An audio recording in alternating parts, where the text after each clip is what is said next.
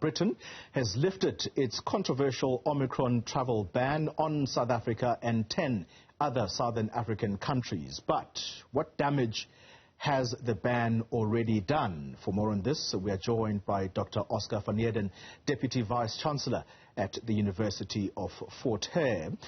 Doc, good morning to you and thank you very much for your time. So while we have welcomed this decision alongside the tourism industry in particular, I think you would have heard probably already by now that the estimations are that R1 billion has been lost as a result of the latest travel ban.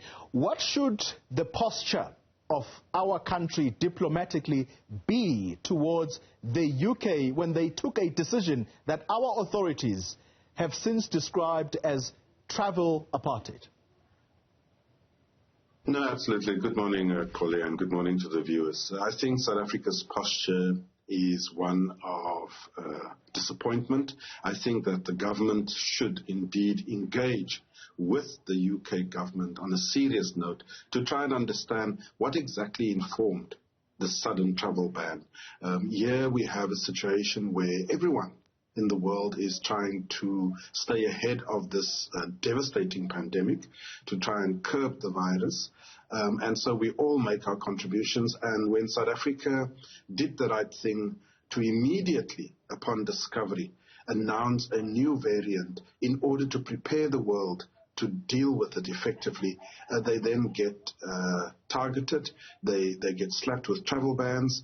In a way, they get punished. And I think that President Ramaphosa should be sitting with his counterpart, Boris Johnson, and wanting to understand why these decisions are not informed by science. Dr. van Heerden, this is something that some people will say actually adds salt to the wound. Yesterday, the UK Health Secretary, Sajid Javid, telling the British MPs there that it was in fact the UK which alerted the world to the threat of Omicron. Now, it's either one of the two things.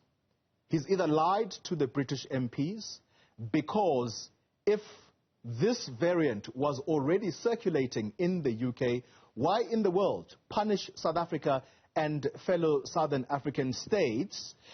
If not, then what should we make of the Health Secretary in the UK for what he said there? Why in the world would they have punished us?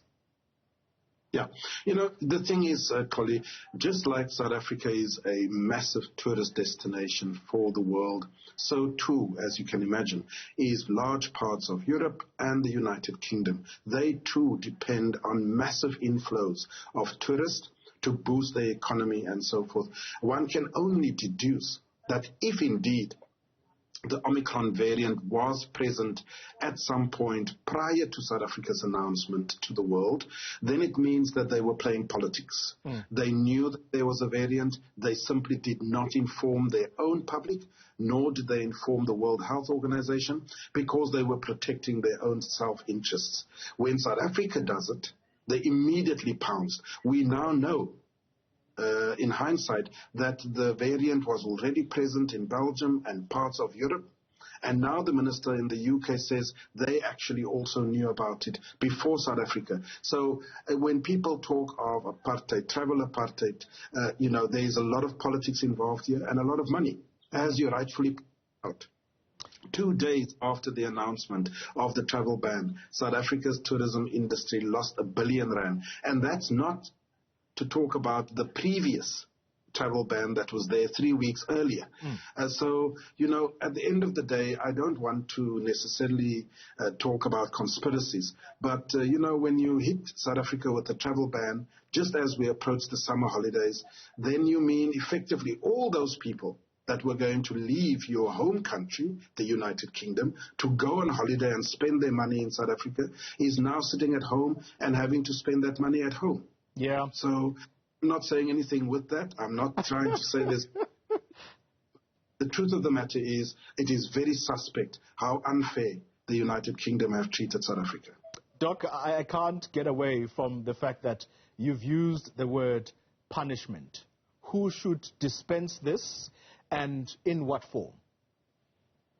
No, absolutely. Because what this says to South African scientists that perhaps you are not part of a global scientific community. If you discover things, you need to keep it quiet.